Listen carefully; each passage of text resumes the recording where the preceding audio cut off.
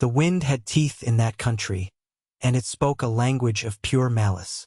It howled down from the Bitterroot Mountains, a harbinger of a winter that promised to be a burial shroud. For the people of Providence Gulch, it was a familiar enemy, a thing to be fought with thick walls, roaring fires, and the fellowship of shared hardship. But for Elias Thorne, it was a constant, jeering companion. They watched him from their sturdy cabins, their windows glowing like warm, judgmental eyes.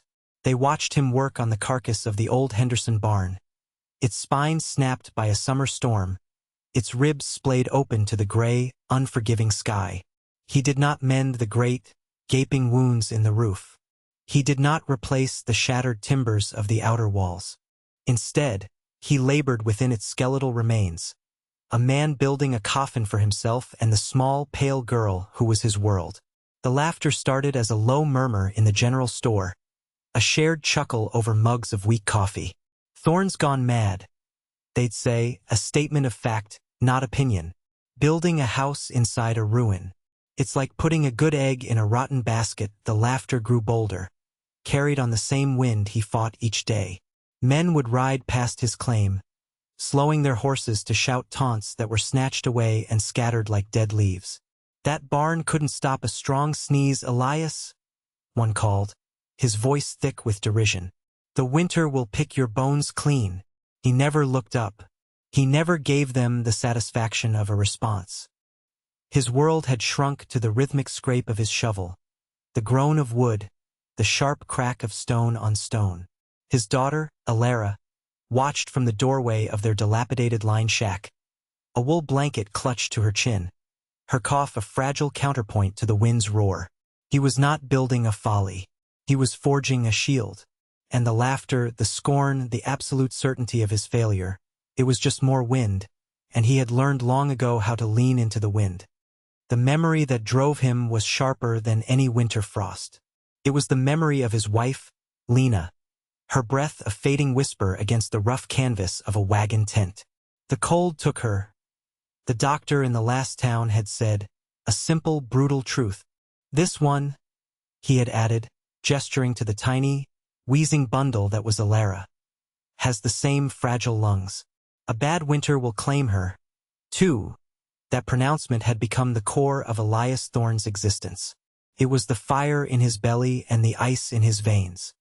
He had bought the failed Henderson claim for a pittance, not for the sour land, but for the ruin that stood upon it. The town saw a wreck. Elias saw a shell, a breakwater. He knew he lacked the time, the resources, and the strength to build a proper cabin before the first deep snows cemented themselves to the world. He had only his own 2 hands, a stubborn will, and an idea born of desperation and observation. An idea the others were too conventional, too comfortable to even conceive. He worked with the earth itself. He dug into the ground inside the barn's footprint, sinking the foundation of his true home 4 feet deep, below the frost line. He hauled river stones, one by one, on a rickety travois, his muscles screaming in protest, and laid them to form a low, thick wall. He spent weeks cutting sod from the prairie, great heavy bricks of grass and soil, and stacked them atop the stone, the earthy smell a promise of insulation. The town saw a man digging his own grave. They saw him piling dirt like a madman. They did not see the science of it. They did not understand the principle of the earth's embrace, the stored warmth of the deep soil. They did not understand the barn. It was not his home. It was a ghost, a decoy.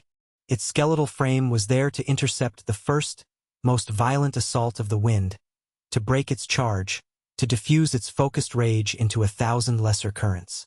The real battle would be fought inside, in the small, insulated space he was creating. A battle for a few precious degrees of warmth. A battle for a child's next breath. The first true cold snap came without ceremony, a thief in the night. The temperature plummeted, and the world awoke encased in a brittle shell of ice.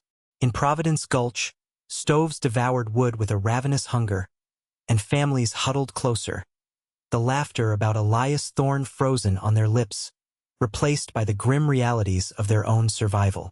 They thought of him then with a kind of morbid satisfaction.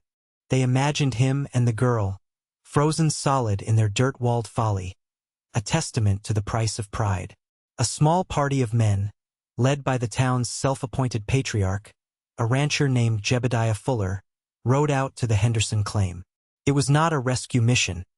It was a grim pilgrimage to confirm a verdict already delivered. They found the place silent, the great, broken barn draped in snow like a monster's bones. A thin ribbon of smoke, impossibly steady, curled from a stone chimney that poked up through the ruin. They dismounted, their boots crunching a symphony of trespass, and approached the wide, open maw of the barn. The wind, which had been a constant scourge on the ride over, was strangely muted here. The barn's shattered walls, though full of holes, acted like a colossal sieve, breaking the wind's solid force into a disorganized, toothless draft.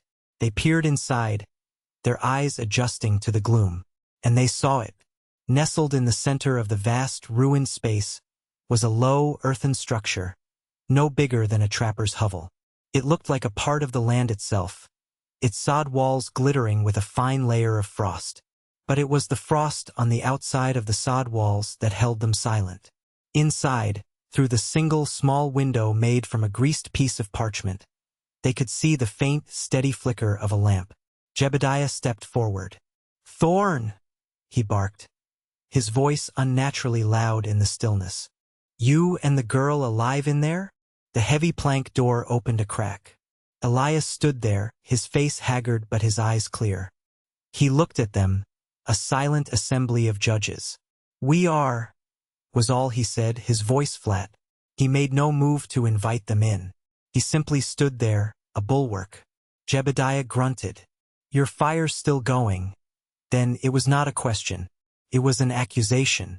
It is a puff of warm, moist air, smelling of wood smoke and cooked oats, escaped the cabin and ghosted past their cold, numbed faces. Felt like a physical touch, an impossible secret. They looked at each other, the scorn in their eyes curdling into something else, something colder and more complex. Confusion. The blizzard arrived 3 days later. It was not a storm. It was a war, a relentless, shrieking assault of white that erased the world, burying fences, swallowing roads, and turning the sky and the land into a single, churning vortex of frozen fury. For 2 days and 2 nights, Providence Gulch held its breath. The wind screamed at their windows and clawed at their doors. The cold seeped through the chinking of their well-built log cabins, a persistent, insidious thief. Woodpiles vanished at an alarming rate. In the Fuller house, the water in the bucket by the door froze solid. In the general store, a crate of potatoes turned to icy stones. The laughter about Elias Thorne was a distant memory, a foolish sound from a different lifetime. Now, his name was a whispered question mark, a source of uneasy speculation. When a momentary lull in the storm allowed a sliver of visibility, men would stare out toward his claim, their faces pressed to the freezing glass. They saw nothing but the roiling white. Yet, the question hung in the frigid air of every cabin. How could his structure, a hovel of dirt and rock built inside a wreck, possibly endure this? They assumed it had been obliterated, scoured from the earth. They spoke of the child with a grim, belated pity. But when the wind finally exhausted itself, leaving behind a world remade in deep, silent, sculpted snow, the first thing they saw was the smoke. It rose from the Thorn place, a steady, unwavering pillar of gray against the bruised purple of the dawn. It was not the desperate, billowing smoke of a fire being constantly fed to fight a losing battle with the cold. It was calm. It was efficient. It was infuriatingly, impossibly normal. A young man named Caleb, whose own roof had nearly caved under the weight of the snow, could bear the mystery no longer. He strapped on snowshoes and began the arduous trek. As he drew closer, he understood. The vast, broken skeleton of the barn had acted as a colossal snow fence, creating a massive drift that curved around the north and west sides of the inner cabin, burying it, insulating it further. The wind had been made an unwilling accomplice in its own defeat. Caleb reached the barn's entrance and looked in. The inner cabin was a mound of earth and snow, a hibernating animal's den. The air inside the barn was still, the silence profound. And it was warmer, tangibly, undeniably warmer than the open prairie. He could feel it on his face. He saw a thermometer, a rare and precious instrument, nailed to the outside of Elias's cabin door. The mercury was frozen at the bottom. Then he saw a second thermometer, hung just inside the open-air barn, sheltered from the wind. It read 10 degrees below zero. The difference was staggering. The barn, the ruin they had all mocked, was a passive shield, a cloak that raised the ambient temperature by a life-saving margin before the real work of the inner walls even began. The fool on the hill had not built one wall against the winter. He had built two. The sight of Elias Thorne emerging after the great blizzard became a piece of town folklore, retold over and over again. He did not appear haggard or frostbitten. He was not a survivor crawling from a wreck. He moved with a deliberate economy of motion, his face grim but his body strong, and began to shovel a path from his door. Soon after, the door opened again and Alara stepped out, bundled in wool and rabbit fur. She did not cough. She stood in the pale, anemic sunlight, her face still delicate, but with a touch of pink in her cheeks the town had never seen before. The people of Providence Gulch watched from a distance, their certainty shattered, their mockery exposed as ignorance. The silence that fell over the town was heavier than the snow. It was a silence filled with resentment, with a grudging, bitter respect that tasted like ash in their mouths. They had predicted his doom, wished for it in the dark, petty corners of their hearts, and he had proven them all wrong. Their shared identity as practical, hardy survivors was thrown into question. He had outthought them. He had outlasted them. He had done it alone after they had cast him out. This quiet, solitary man now possessed something they desperately needed. A secret. The secret to surviving a winter that had pushed them all to their limits. The whispers started again, but their tone had changed. He wasn't a fool anymore. He was hoarding knowledge. He was selfish. Perhaps he was even unnatural. Silas Kane, a man whose charm was as thin as new ice over deep water, saw an opportunity. Kane ran the town's only freighting outfit and saw profit in every turn of a wheel and every whispered secret. He rode out to the Thorne claim, his horse plowing through the deep snow. He dismounted not with the swagger of a mocker, but with the predatory grace of a partner. "Thorne," he called out, his voice smooth and friendly. "Quite a trick you've pulled off here." The whole town's talking. Elias paused, his shovel resting on a mountain of snow. He said nothing. "I have a proposition," Kane continued, stepping closer, his smile not reaching his eyes. "A man with your knowledge and a man with my connections. We could sell this idea. Build these shelters for new settlers. We'd be rich." He gestured around at the ingenious structure. "What do you say?"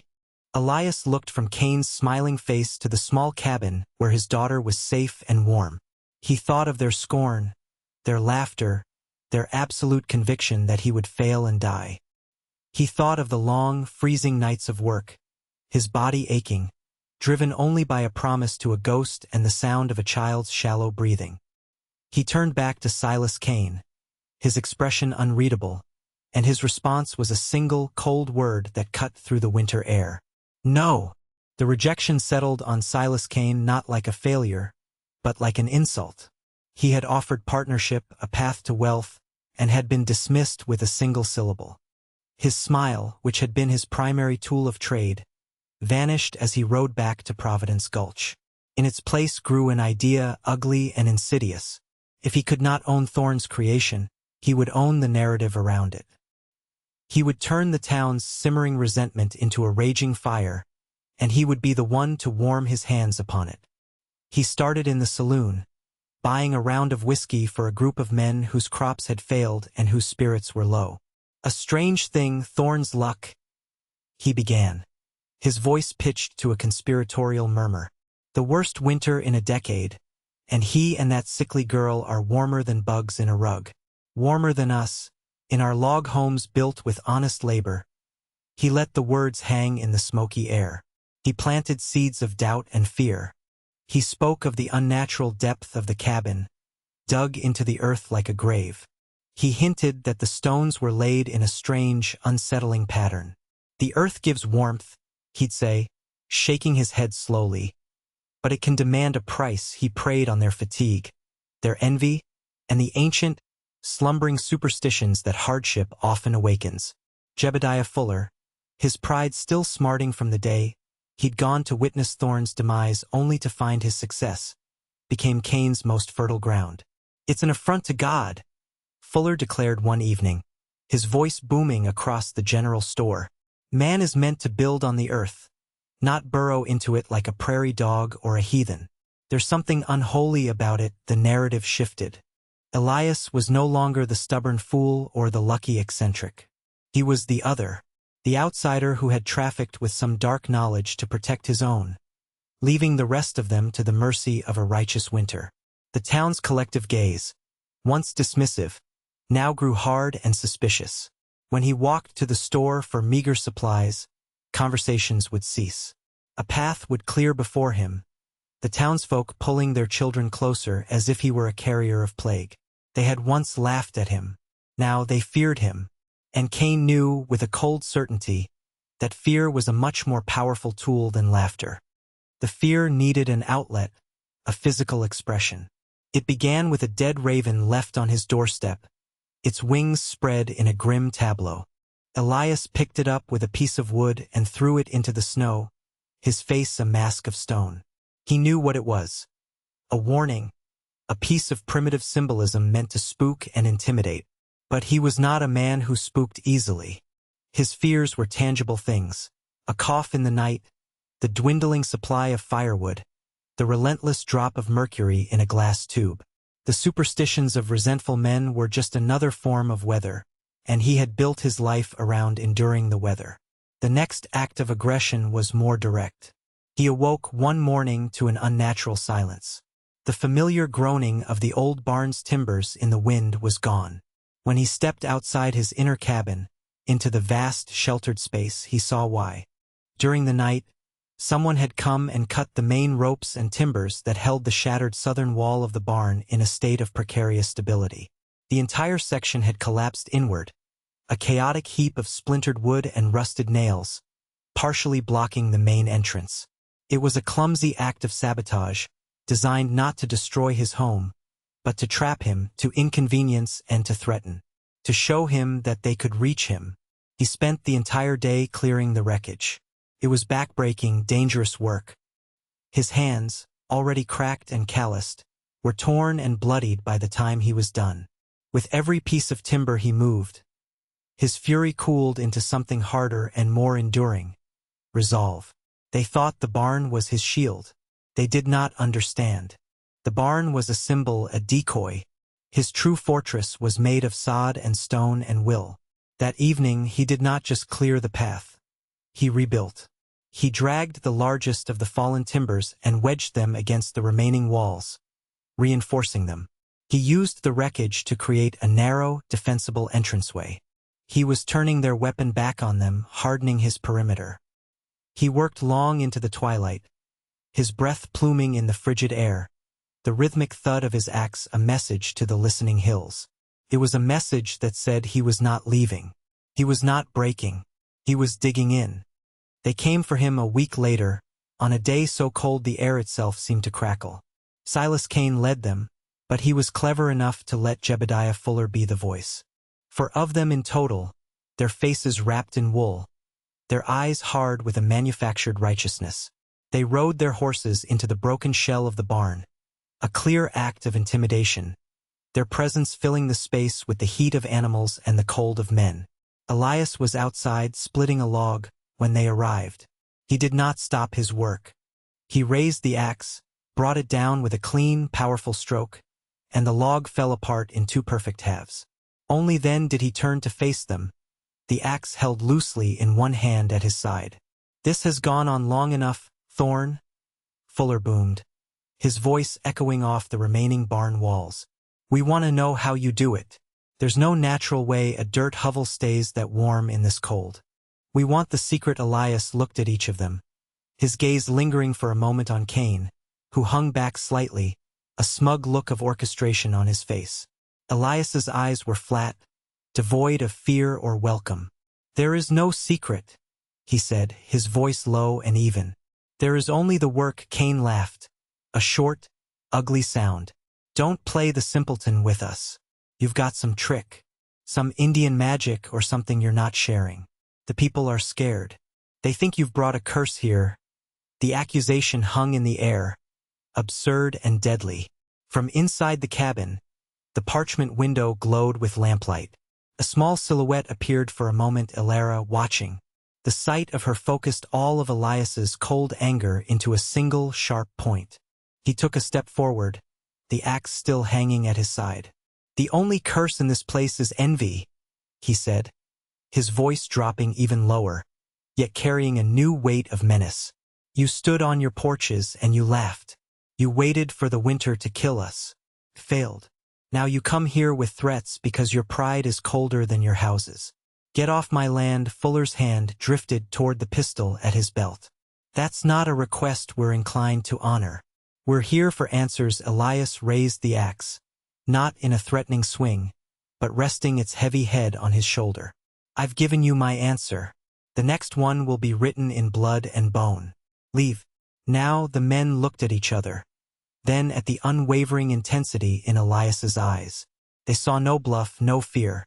They saw a man who had already faced death in quieter, colder forms and was unimpressed by this loud, blustering version.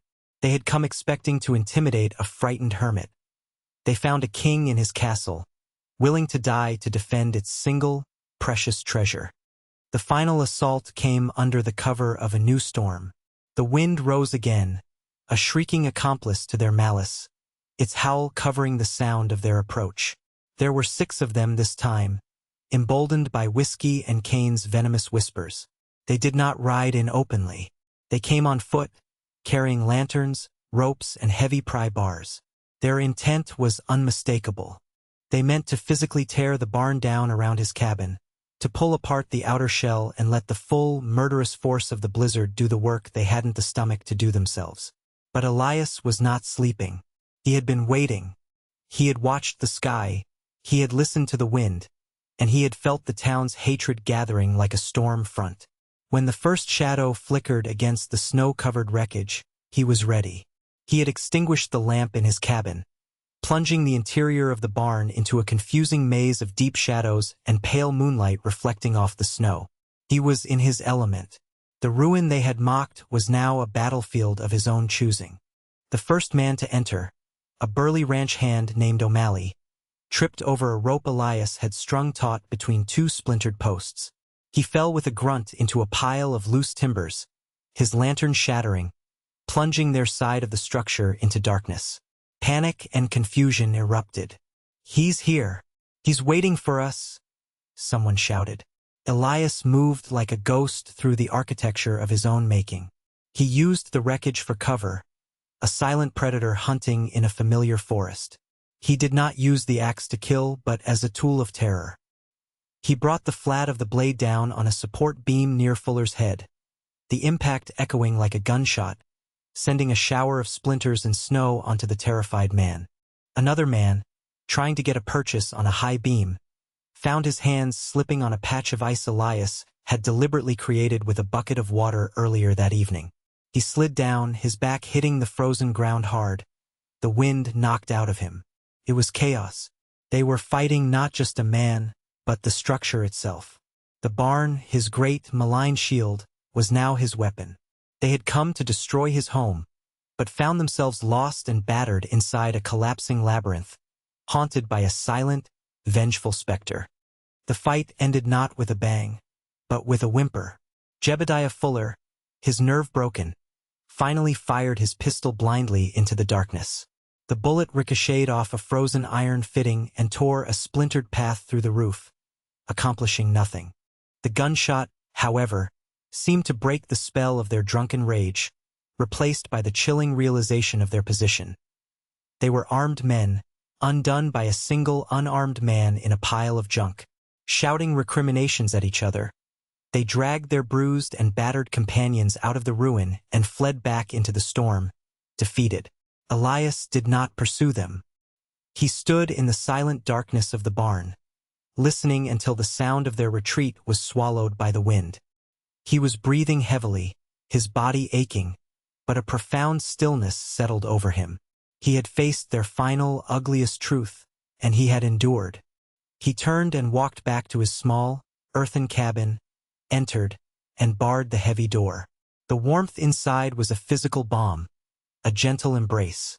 Alara was awake, sitting up on her cot, her eyes wide. He knelt beside her. "It's all right," he whispered, his voice rough.